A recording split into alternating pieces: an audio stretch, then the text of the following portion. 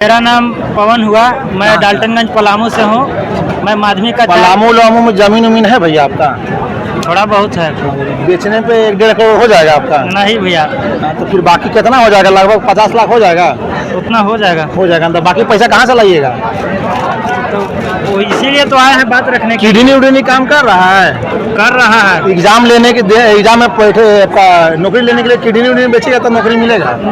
नौकरी लेने बैठने के बाद चारों किडनी बेचवाइएगा। तो इसी के लिए बात को रखने के लिए यहाँ पर आए हुए हैं। देखिए, यहाँ माध्यमिक का 4/2025 के बात को रखना चाहते हैं। इसमें सेटिंग कैसे हुआ, इस बात को पूरा कहानी को विस्तार से समझाना चाहते हैं। सबसे पहले इसका नोटिफिकेशन का खेल समझिए। नोटिफिकेशन ऐसा निकाला कि जिसमें कि विषय रहे एमए में केवल, और बीए में वो विषय नहीं चाहिए।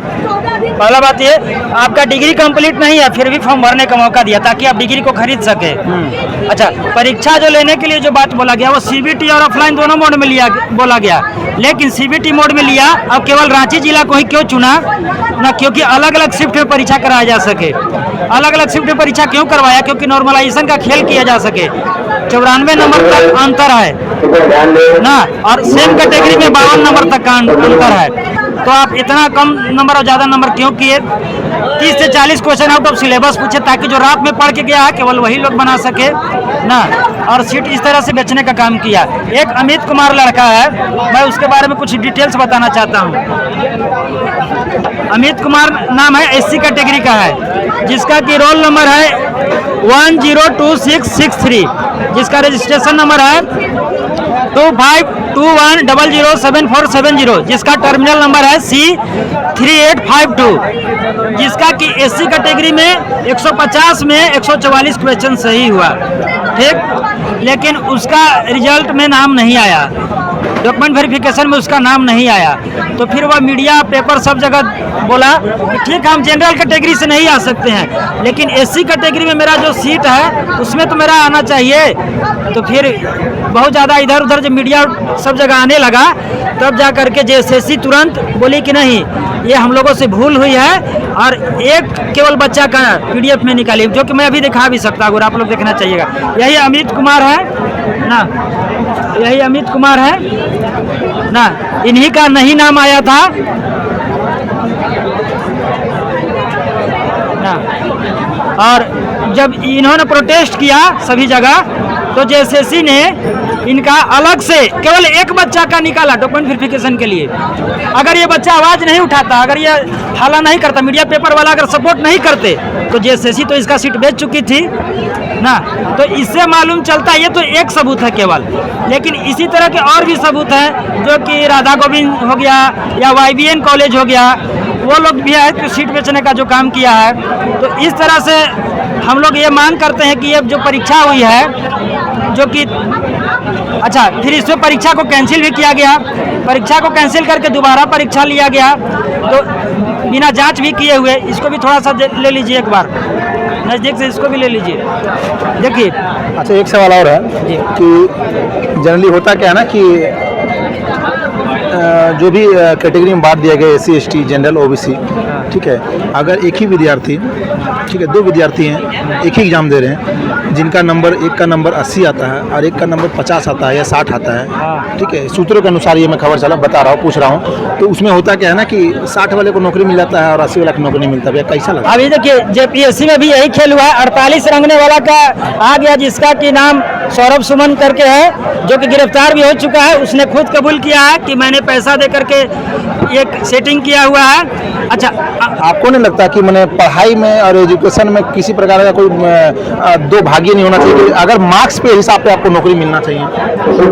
मान लीजिए कि ठीक है, गरीब और पिछड़ा उनको देना भी चाहते, कम से कम कैटेगरी में तो अंतर मत कीजिए। 52 नंबर कैटेगरी में आप अंतर क्यों किए हैं? मेरा सवाल ये है, 118 क्वेश्चन वाला का हो गया और 144 क्वेश्चन वाला 150 में नहीं हुआ, सेम कैटेगरी जनरल कैटेगरी। यहाँ पे मैं आपकी बात को काटूंगा। अगर मान लीजिए कोई मेडिकल एग्जाम दे रहे, ठीक है, उनको डॉक्टर बनना है, और एग्जाम में क्या हो रहा है कि 90 पे कट ऑफ, 90 पे आपको नौकरी मिल रहा है, तो कोई 90 ला रहे हैं, आपको 70 में नौकरी ले रहे हैं, तो लग रहा है कि दोनों का ब्रेन और दोनों का एजुकेशन लेवल एक ही बराबर होगा और दोनों एक ही जांच करेंगे। अगर मान लीजिए उनको हॉस्पिटल में उनको चीर फाड़ करना हो तो एक ही काम करेंगे। दोनों के नॉलेज में कुछ ना कुछ तो डिफरेंस होगा ना सर। मेडिकल में और टीचिंग में कम से कम ये आरक्षण नहीं होना चाहिए। मेडिकल लाइन में हम बात कर रहे हैं, क्योंकि वो बढ़िया से वो काम नहीं कर पाएगा। टीचिंग लाइन में भी अगर ऊपर नीचे हो तो बच्चे के साथ, बच्चे के भविष्य के साथ खिलवाड़ हो जाएगा। ये दो सेक्टर को और वैज्ञानिक सेक्टर ये सबको ये होना चाहिए। आपको लगता है कि आप लोग उसका विरोध करना चाहिए? हम लोग तो उसका एजुकेशन में खासकर उसको विरोध करना चाहिए। तो वही बात तो मैं भी बोल रहा हूँ। सरकारी सुविधा में आप उनको दीजिए, कोई दिक्कत नहीं है, मगर कम से कम एजुकेशन लाइन में आप ब्रेन और पढ़ाई और मार्क्स के हिसाब से आप नौकरी दीजिए। और एक बार जब अगर उसका परिवार का अगर आदमी को नौकरी मिल गया, आगे बढ़ चुका है, जैसे कि अब रामविलास पासवान, उसका बेटा को आरक्षण नहीं मिलना चाहिए। उसको कोई चीज का दिक्कत नहीं, उसको सताया भी नहीं जा रहा, प्रताड़ित भी नहीं है, शोषित भी नहीं है, वंचित भी नहीं है, तब उसको तो आते तो SC ST में नहीं सर ना, तो नौकरियां लेंगे नहीं, तो अब वो रिजर्व सीट से लड़ेंगे, वहां से कोई लड़ भी नहीं सकता है। तो इस मामला को खत्म करना चाहिए। मेरा मुद्दा में सरकार को उसमें भी एक कैटेगरी बांटना चाहिए, जो सक्षम वर्ग के हैं। हाँ। उन पे ये रूल हटा देना चाहिए। हाँ, लेकिन मैं यहाँ पर मुख्य रूप से माध्यमिक आचार्य का बात को रखने के लिए आया हुआ हूँ। और मैं ये चाहता हूँ कि ये जो परीक्षा हुई है, जो देखिए अभी जेटेट का परीक्षा 10 साल से नहीं हुआ है और 2 साल से फॉर्म भरा जा रहा है। मैं विद्यार्थी के मुद्दा पर ही रहना चाहता हूँ। ऐसा नहीं लगता कि सरकार खाली फॉर्म भरा के पैसा ले रही है? 1300 रुपया में, सुनिए ना, बता रहे 1300 रुपया में फॉर्म भरे थे, ठीक, दो साल पहले फॉर्म भरे थे और अभी तक उसका परीक्षा एग्जाम नहीं हुआ है। और माध्यमिक आचार्य परीक्षा रद्द करके, ठीक, और 14 दिन के अंदर में क्वेश्चन भी छाप लिया, एडमिट कार्ड भी ले लिया, छाप लिया, सेंटर भी डिसाइड कर लिया, परीक्षा भी ले लिया। इसका मतलब आप पहले से क्वेश्चन छाप के रखे थे, एडमिट कार्ड भी छाप के रखे थे, आंसर भी डिसाइड करके रखे थे और किसको किसको नौकरी देना है ये आप सोच लिए थे। 14 दिन में बताइए कि यह संभव है कि नया क्वेश्चन भी छप जाए, नया एडमिट कार्ड भी आ जाए, नया सेंटर भी डिसाइड हो जाए, खाली डेट भी मिल जाए। और जब आप एफिडेविट कोर्ट से हम लोग से लिए कि आप लोग का जांच करेंगे, जो पकड़ा जाएगा कार्रवाई करेंगे, तो आप बिना जांच किए तो दोबारा 14 दिन में परीक्षा क्यों लिए? हम लोग को मानसिक प्रताड़ना देने के बाद बिना जांच किए परीक्षा क्यों लिए? और हम लोग इसको मांग करते हैं कि CBI से जांच कराओ। CID पर भरोसा नहीं है। जैसे CGL और बहुत सारा परीक्षा में झारखंड का देख चुके हैं कि सीट घोटाला। अगर आप लोग की मांगी पूरी नहीं होती तो लगता है कि आने वाले चुनाव में सरकार को उखाड़ फेंकने का काम करेंगे? वो तो करेंगे ही करेंगे। अभी 10 तारीख को जो विधानसभा घेराव है उसमें हम लोग जा करके वहाँ अपना बात रखने का पूरा बल दिखाएंगे। पूरा बल हम लोग दिखाएंगे। 10 तारीख को और भी जिला से आएगा, बहुत लोग क्योंकि बाहर का नहीं आ रहा है, लेकिन एक दिन का आंदोलन जब होगा तो उसमें लोग आ जाएगा। क्या परिचय होगा? मेरा नाम हुआ पवन, डाल्टनगंज पलामू जिला से।